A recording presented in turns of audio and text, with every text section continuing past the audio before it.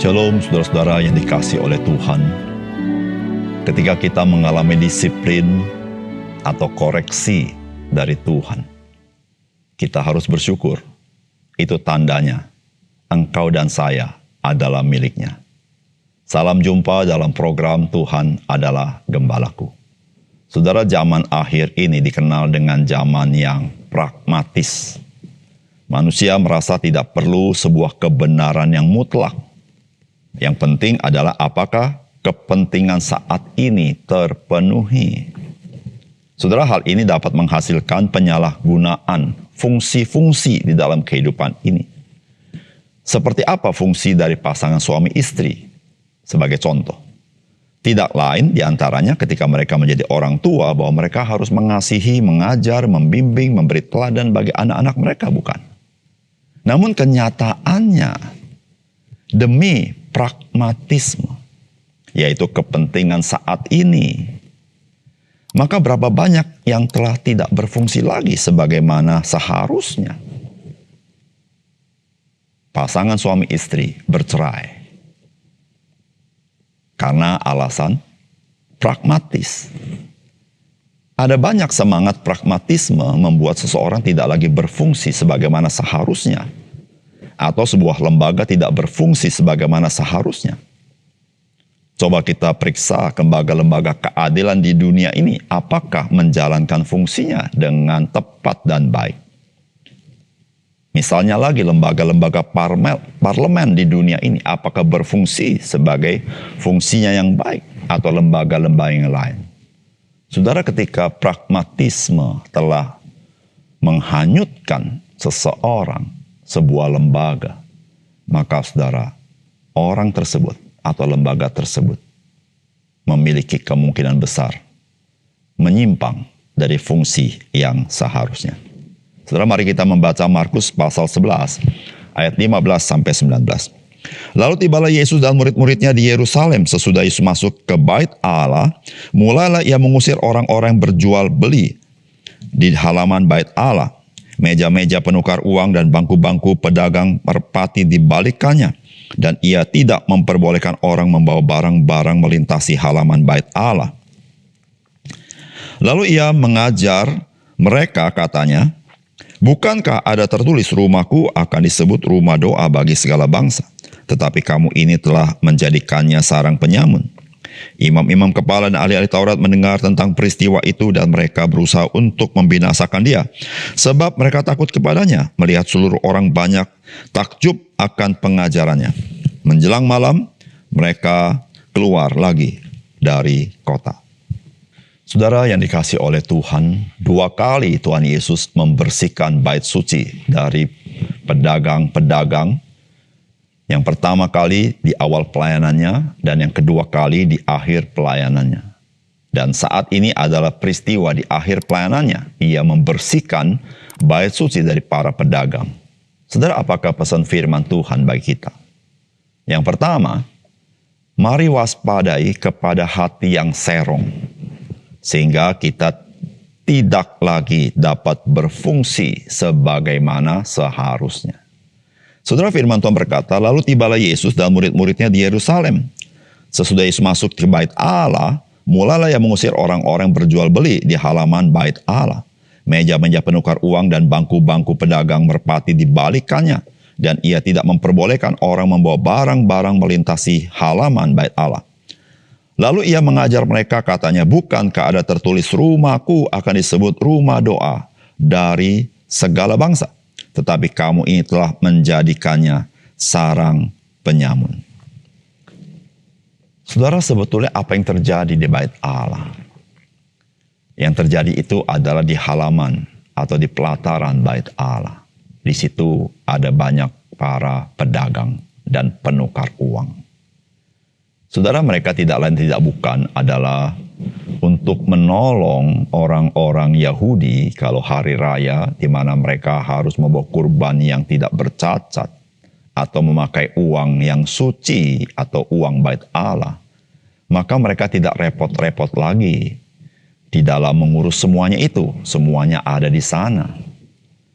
Saudara, itu adalah ide yang baik. Namun pada kenyataannya, saudara-saudara, ide yang baik dijalankannya dengan serong. Kenapa? Karena hati yang serong.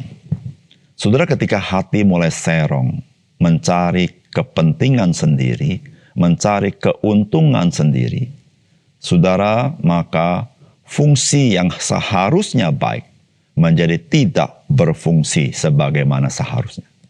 Saudara, mereka berdagang untuk menunjang ibadah, tetapi mereka berdagang justru mereka mengganggu ibadah.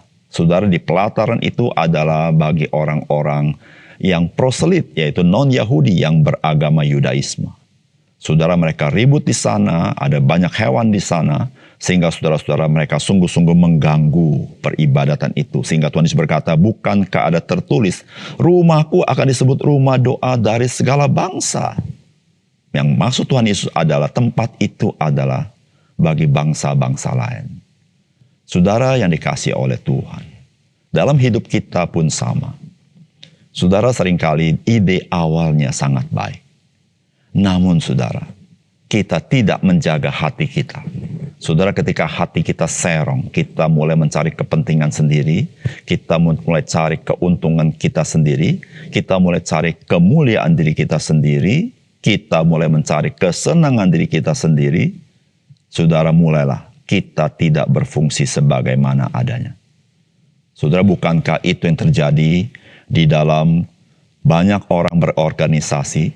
Bukankah itu terjadi di dalam banyak orang bersahabat? Dan bukankah itu yang terjadi di dalam keluarga-keluarga yang ada?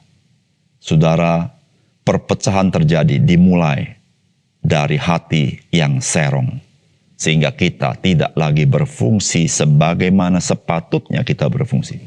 Demikian juga kita sebagai orang percaya yang melayani di dalam gereja apapun, pelayanan kita apapun, jabatan yang Tuhan percayakan kepada kita, ketika hati kita serong, kita tidak dapat berfungsi sebagaimana adanya. Oleh karena itu, saudara yang kasih dalam Tuhan, kita harus mewaspadai hati yang serong, yaitu hati yang mementingkan diri kita sendiri, hati yang mencari keuntungan kita sendiri, hati yang mencari kemuliaan diri kita sendiri, atau mencari kesenangan diri kita sendiri. Yang kedua, saudara, gereja bertanggung jawab untuk memelihara dirinya di hadapan Tuhan. Karena gereja adalah mempelai perempuan dari sang mempelai pria, yaitu Kristus. Saudara, firman Tuhan berkata, imam-imam kepala dan ahli-ahli Taurat mendengar tentang peristiwa itu, dan mereka berusaha untuk membinasakan dia, sebab mereka takut kepadanya, melihat seluruh orang banyak takjub akan pengajarannya. Saudara, imam-imam kepala dan ahli-ahli Taurat mendengar peristiwa itu, mereka berusaha membinasakan dia. Apakah mereka tidak tahu perbuatan-perbuatan yang tidak baik di dalam bait suci itu? Saudara, mereka pasti tahu. Namun, kenapa mereka ingin membinasakan Yesus? Karena mereka juga ada kepentingan di sana.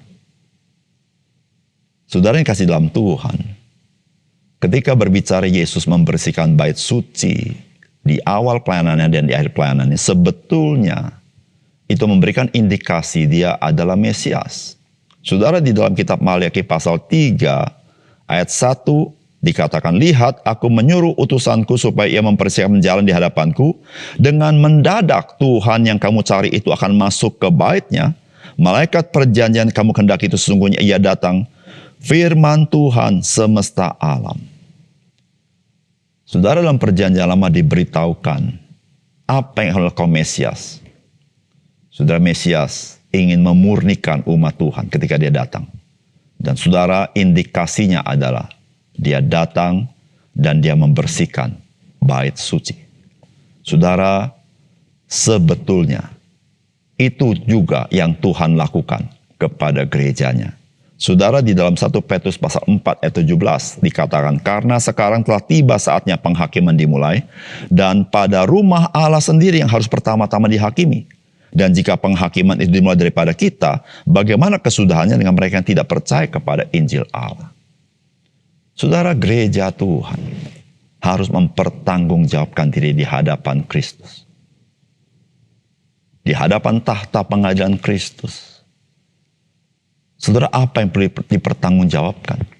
Saudara, Alkitab memberitahukan bahwa gereja itu digambarkan sebagai mempelai perempuan daripada mempelai laki-laki, yaitu Kristus.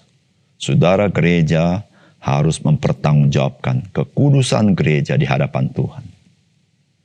Gereja harus mempertanggungjawabkan kesaksian gereja di hadapan Tuhan. Saudara, bukankah mempelai perempuan itu disaksikan oleh banyak orang dan dikagumi oleh banyak orang? Pertanyaannya adalah, apakah gereja disaksikan oleh dunia ini dan dikagumi? Saudara, bagaimana kita sebagai gereja? Saudara, gereja bukan gedungnya tentu, tapi gereja adalah kita sebagai orang Kristen. Apakah kita yang dipertontonkan di hadapan dunia, kita sungguh-sungguh dikagumi? Dikagumi karena integritas kita, dikagumi karena kasih kita, dikagumi karena kesetiaan kita, dikagumi karena kebaikan kita. Saudara yang kasih dalam Tuhan, kita harus menghadap tahta pengadilan Kristus dan mempertanggungjawabkannya semua. Bukan berarti ada kemungkinan kita akan dihukum binasa selama-lamanya, tidak sama sekali. Namun saudara, itu adalah tahta pengadilan Kristus, supaya kita, apa yang kita kerjakan, itu yang dipertanggungjawabkan.